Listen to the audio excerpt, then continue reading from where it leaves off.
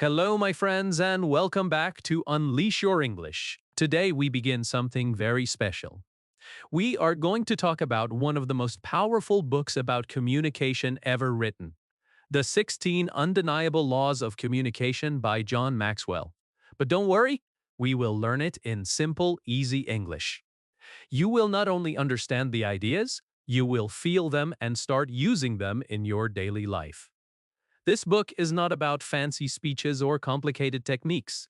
It is about speaking in a way that touches people's hearts. It is about sharing your message clearly, kindly, and with confidence. John Maxwell says something that can change your whole idea about communication. He says, everyone has a message. You might think your English is not good enough, or your ideas are too small. But no, my friend. You already have something important inside you, a story, an experience, a thought, a dream, or even a lesson from your life that someone else needs to hear. Communication is not about being perfect, it is about being real. It is about making people understand what you truly feel. Every person you meet today is trying to say something. Some say it with confidence, some struggle to find words, but everyone wants to be understood. And that's where true communication begins. When you speak, you are not just using words, you are using energy. You are sending emotion. Your words can make people smile, give them hope, or inspire them to take action. But if people do not understand you, your message loses its power. It dies before it reaches their hearts. So, the first step in learning these laws is to accept that your message matters. Maybe your message is small, maybe it is personal, but it can still touch someone's life. The moment you believe that your voice is valuable, that is the moment your communication journey begins. Let me tell you a short story. A young girl once told John Maxwell that she wanted to speak like him. She said, "I want to inspire people like you do, but I have no story." John smiled and said, "You don't need my story. You already have yours." That sentence changed her life. She began sharing small experiences from her own world, how she learned to study, how she helped her friend, how she overcame fear. People started listening not because her English was perfect, but because her heart was honest. That is what happens when you share your message sincerely. People don't need you to be perfect, they just need you to be real. Maxwell reminds us that communication is not magic, it is a skill. That means anyone can learn it, even you, even me. It doesn't matter where you come from, how strong your accent is, or how nervous you feel when speaking. Every great speaker you admire today once stood exactly where you are. They were unsure, shy, and sometimes afraid. But they learned step by step, word by word, and they got better every day. Communication is like exercise for your voice and your confidence. The more you practice, the stronger you become. Now let's talk about what communication really means. It comes from the word commune, which means to share something deeply. Communication is not about showing how smart you are. It is about creating understanding between two hearts. When you talk to someone, don't think only about what you want to say. Think about how they will feel. That is what makes a message powerful. The goal is not just to be heard, but to be understood. Think about your favorite teachers, YouTubers, or storytellers. Why do you listen to them? It's not only because of their knowledge, it's because they connect. They make you feel seen, understood, and inspired.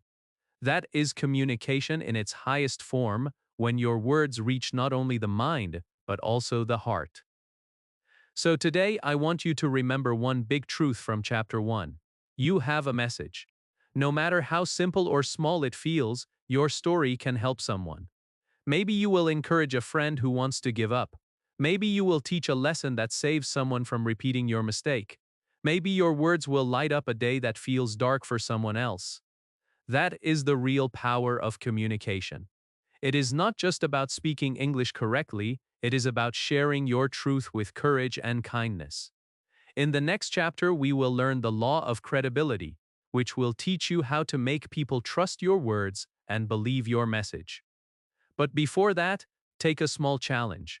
Think of one message from your own life, something you truly believe in. Maybe it's about learning, kindness, or never giving up. Write it in English, say it aloud.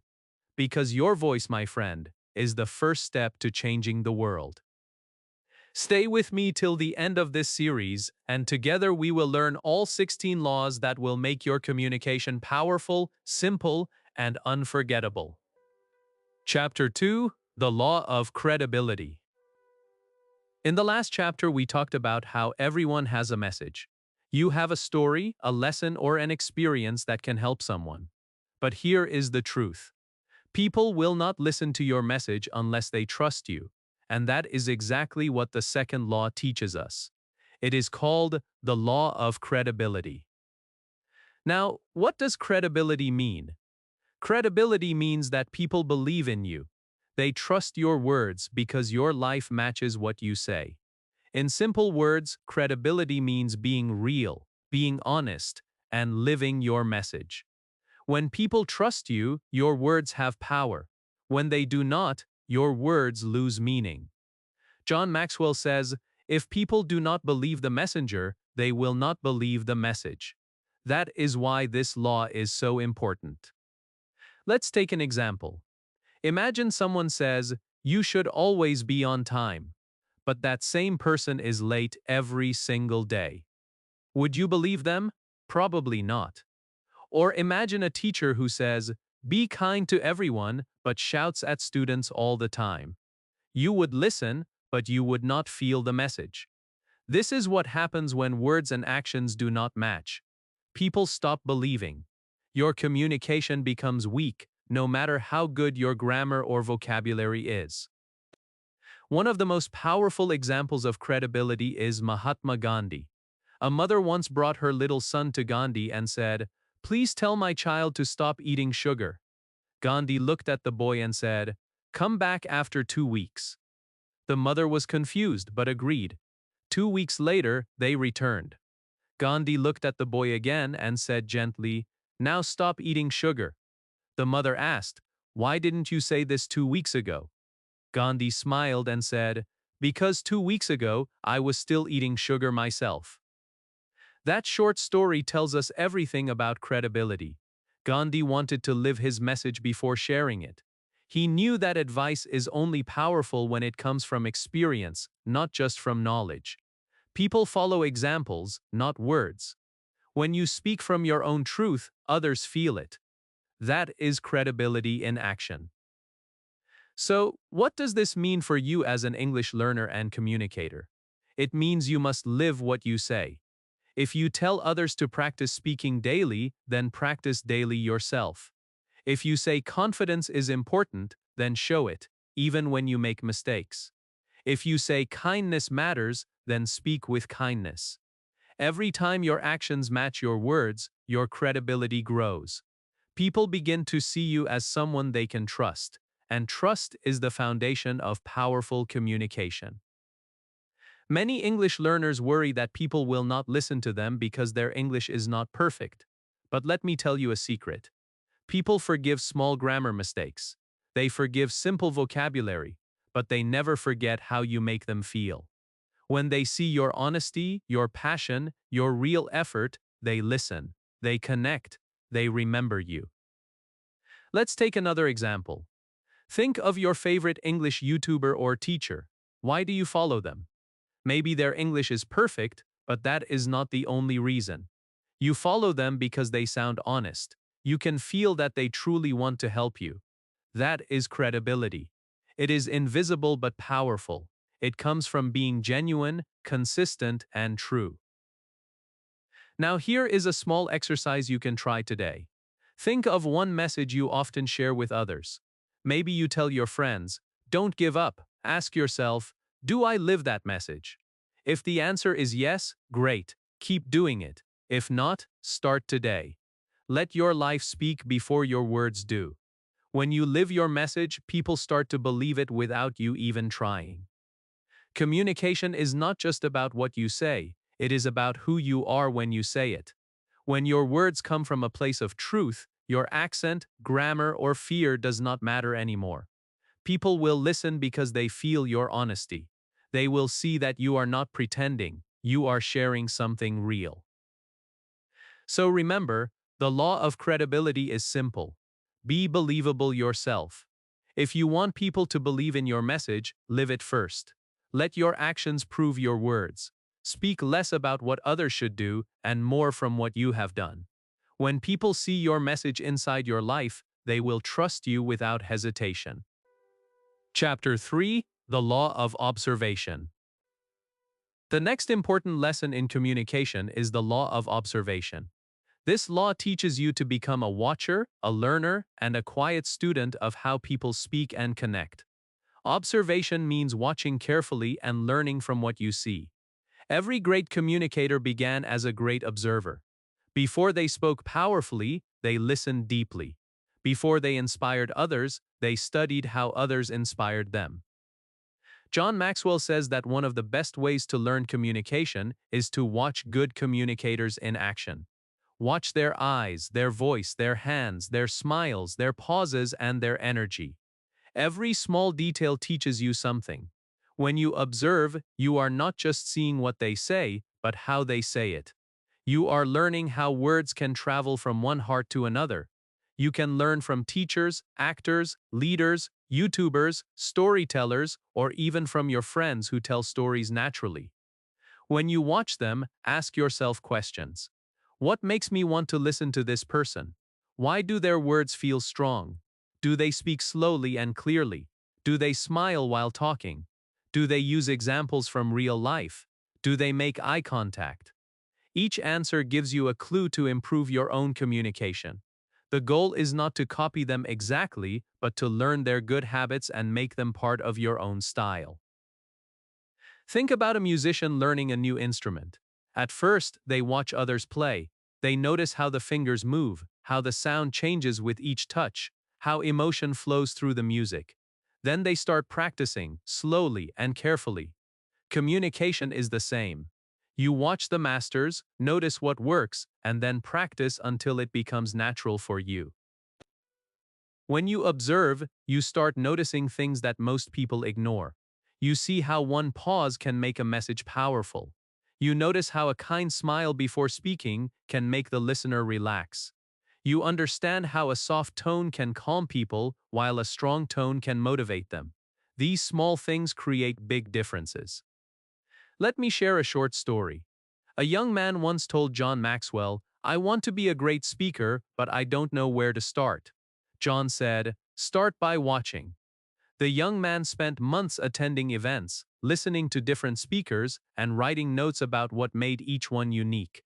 He noticed how one speaker used humor, another used silence, and another told touching personal stories. When he finally gave his own talk, people said it felt natural and real.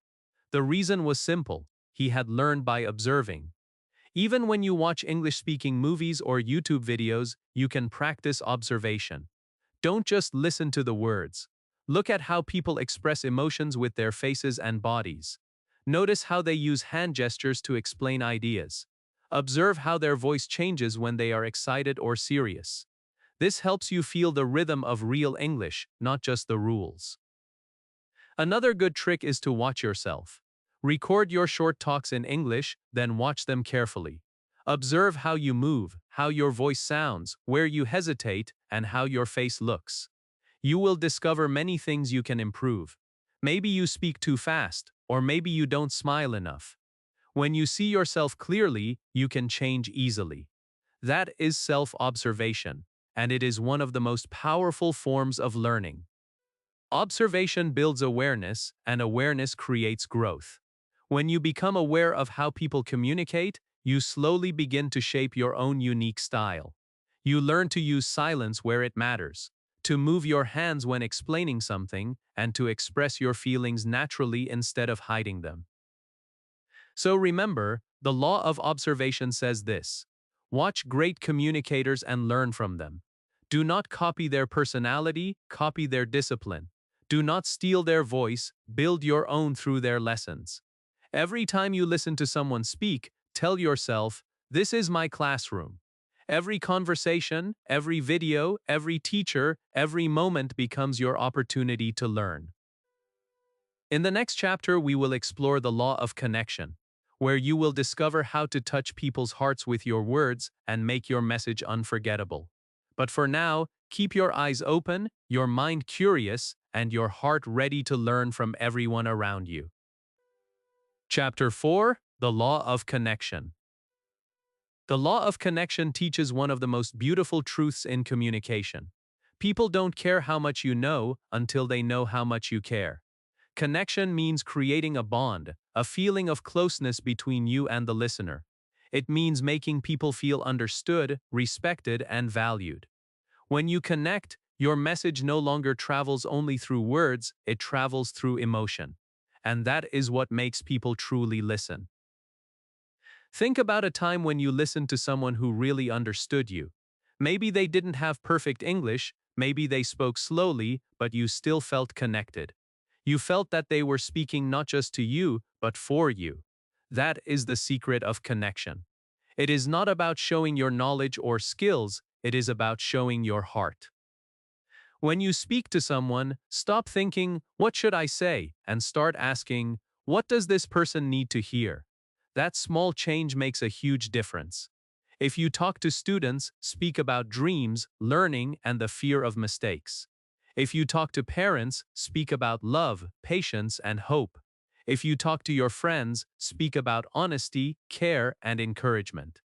The moment people feel that you understand their world, they open their hearts to you. John Maxwell says that communication becomes powerful only when you care about the listener more than your own performance. Great communicators don't speak at people, they speak with people. They don't try to impress, they try to express. They make people feel safe, not judged. That is what creates connection. Let's take an example. A teacher can teach the same lesson in two ways. The first teacher says, "Pay attention, this topic is very important." The second teacher says, "I know this part is difficult, but I will explain it slowly until everyone understands." The second one connects, because the students feel that the teacher cares. The same thing happens in daily life. People remember kindness more than intelligence. Connection also depends on your attitude. When you speak, your body language must say, "I am here with you." Look into the person's eyes, smile softly, listen carefully when they talk. These small actions build bridges. Communication is not a performance, it is a relationship. You are not trying to win, you are trying to understand. Sometimes people listen but don't connect because they are thinking only about themselves. They speak without empathy, they answer without listening. They try to be interesting instead of being interested. Real connection happens when you forget yourself and focus on others. When you make people feel seen, they will always remember you. Think about your favorite teacher or mentor. You didn't love them just because they explained well. You loved them because they cared about you, they believed in you, and they spoke to you like a friend. That emotional bond made you want to learn more. Connection always multiplies learning. Here is a short story.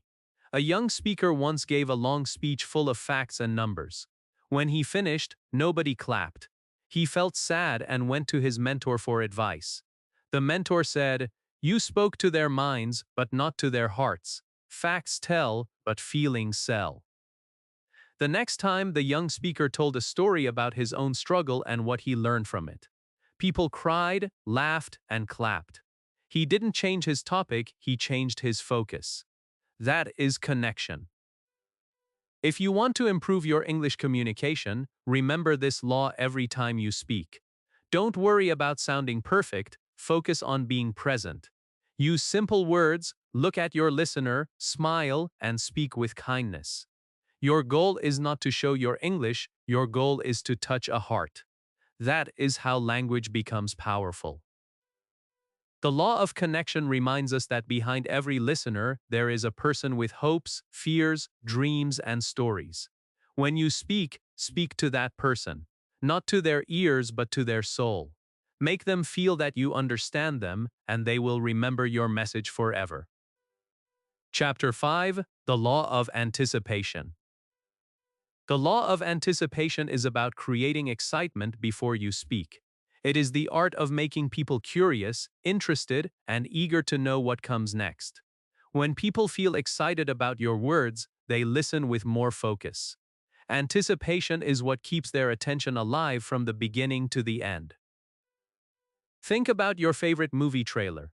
It doesn't show you the whole film, it shows small parts, short moments, enough to make you say, "I want to see this." That feeling is anticipation. It makes you wait for something good. Great communicators do the same. They give listeners small promises, small hints that something special is coming, and that curiosity keeps everyone awake. When you speak in English, you can use anticipation easily. You can say something like, "Today I will share one sentence that changed my life." Or, "At the end of this talk, you will understand something you never noticed before." When your listener hears that, their mind says, "What is it? I want to know." That is how you make people pay attention naturally. You don't need to shout or speak fast, you just need to create curiosity. But anticipation is not about tricking people. It is about respecting their time and interest. If you make them wait, give them something worth waiting for.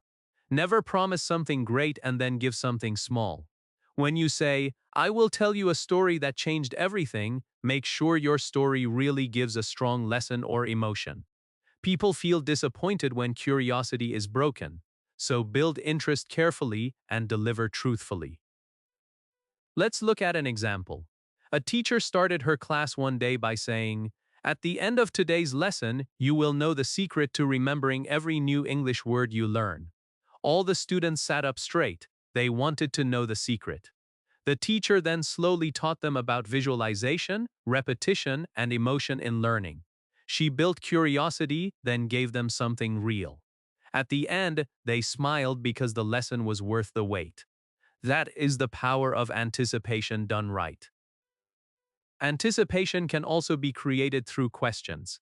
You can ask your audience, "Have you ever felt nervous before speaking English?" Or, "Do you know what one habit makes fluent speakers different?" Questions make people think. Their minds become active. They don't just listen, they start searching for the answer with you.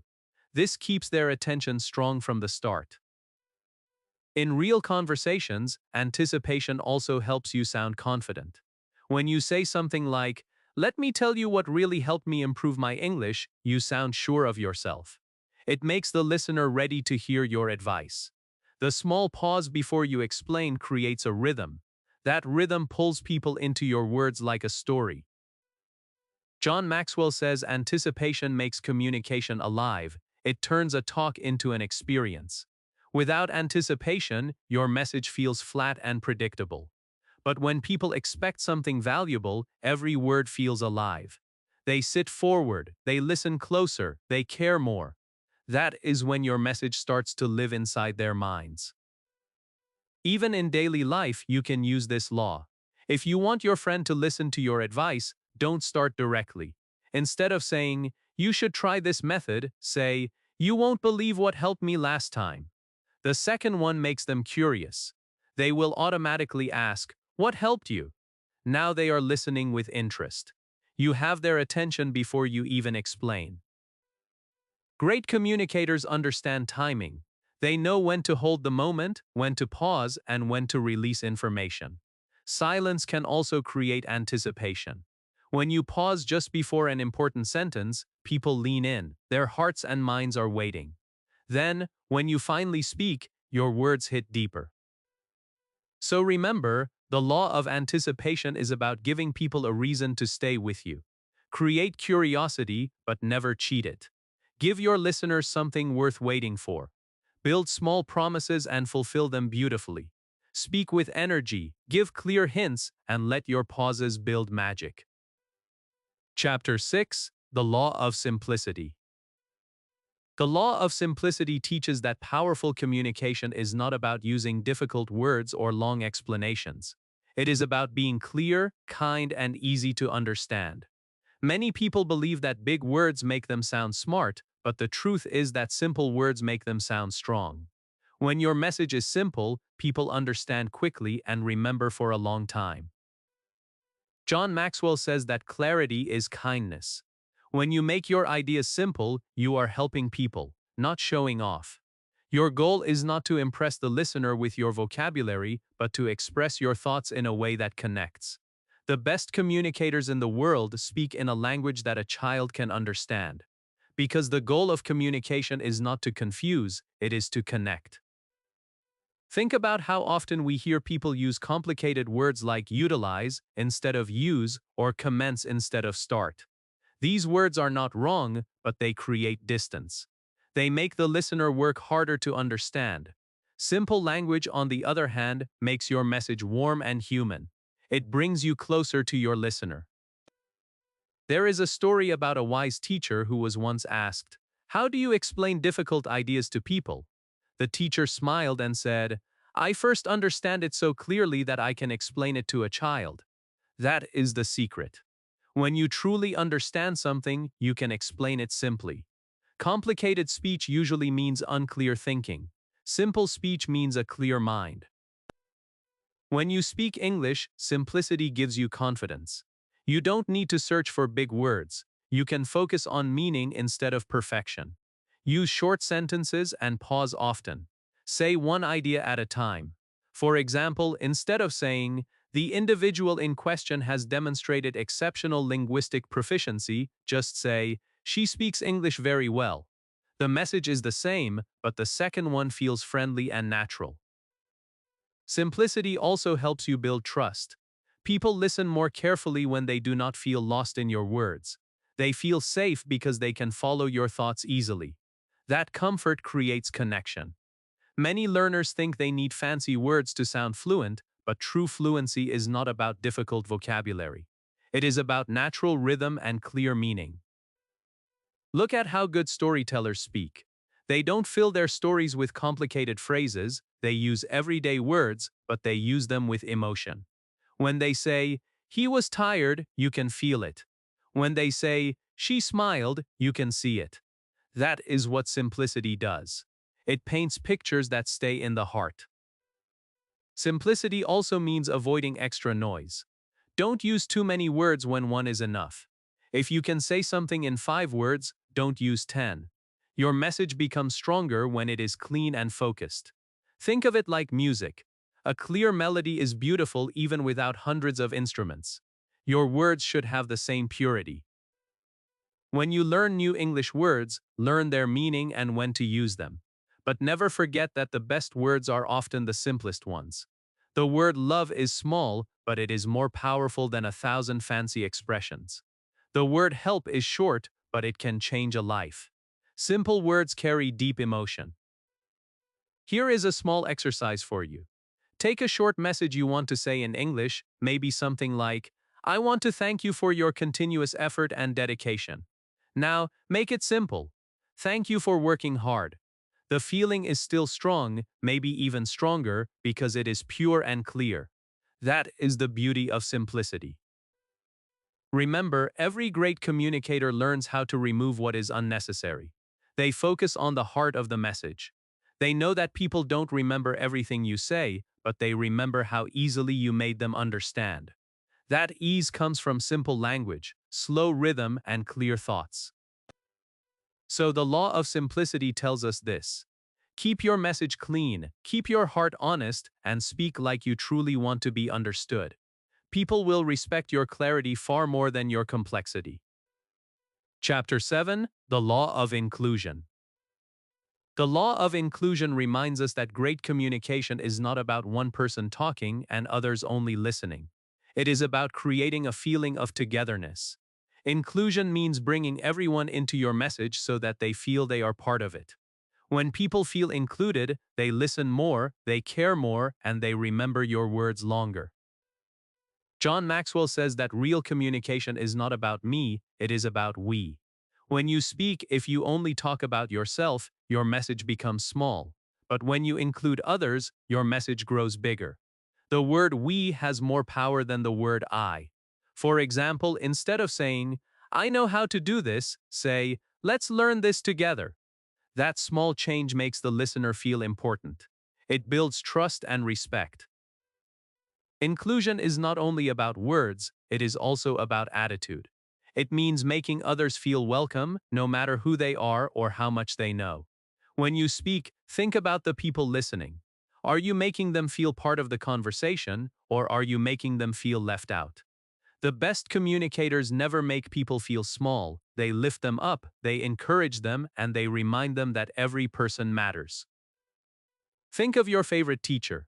Why did you like them so much? Because they didn't just teach, they involved you. They asked questions, they listened to your answers, they smiled when you tried, they made you feel like your voice was also important. That is what inclusion does. It turns communication into teamwork. Here is a small example. Imagine you are explaining something in English to your friend. You can say, "I will teach you this." Or you can say, "Let's learn this together." The second one feels softer, kinder, and more motivating. It doesn't make you sound higher or smarter, it makes you sound human. People respond better when they feel equal. Inclusion also means using examples that everyone can relate to. When you tell a story, don't choose something that only fits one type of person. Choose something universal. Talk about everyday struggles, family, dreams, or learning. These are things everyone understands. When your examples connect to people's real lives, they naturally feel part of your story. Sometimes, people make the mistake of speaking in a way that separates them from the audience. They use difficult language, big titles, or personal achievements to sound powerful. But that actually creates distance. The more you try to look perfect, the less people feel connected to you. When you admit your mistakes, share your struggles, and speak simply, people feel close. They feel you are one of them. That closeness is inclusion in its truest form. In daily English practice, inclusion helps you become a better speaker too. When you talk to someone, don't just talk at them, ask questions. Let them share their thoughts. Say things like, "What do you think?" Or, "Have you ever felt this way?" These small questions make communication interactive. They turn your talk into a conversation, not a lecture. Inclusion also shows respect. When people feel respected, they listen with open hearts. They don't just hear your words, they trust your intentions. That trust is the foundation of every strong message. If you make others feel excluded, your words may sound strong, but they will not stay in the heart. But if you make them feel included, even simple sentences can create deep impact. There is a story about a famous speaker who once asked the audience to repeat a line together. He said, "Say it with me. We can do better." The moment everyone repeated it, the whole room felt united. People smiled, clapped, and believed the message more deeply because they were part of it. That is the power of inclusion. It transforms listeners into participants. The law of inclusion tells us that words like we, our, and us can turn any speech into a shared journey. Every time you speak English, try to make your listener part of what you say. Don't speak from above or from far away. Speak beside them, as a friend, a partner, or a fellow learner. So remember, the law of inclusion is simple. Bring people in, don't leave them out. Speak to hearts, not from heights. When your message includes others, it grows bigger, warmer, and more meaningful. In the next chapter, you will explore the law of story, one of the most emotional and powerful tools in communication, where words turn into feelings and ideas come alive through stories. So remember, the law of inclusion is simple. Bring people in, don't leave them out. Speak to hearts, not from heights. When your message includes others, it becomes warmer, stronger, and unforgettable. If this lesson helped you, share this video with your friends, subscribe to Unleash Your English, and tell me in the comments which law has inspired you the most so far. Your thoughts and words matter here. In the next chapter, we'll explore the law of story, where words turn into feelings and ideas come alive through stories.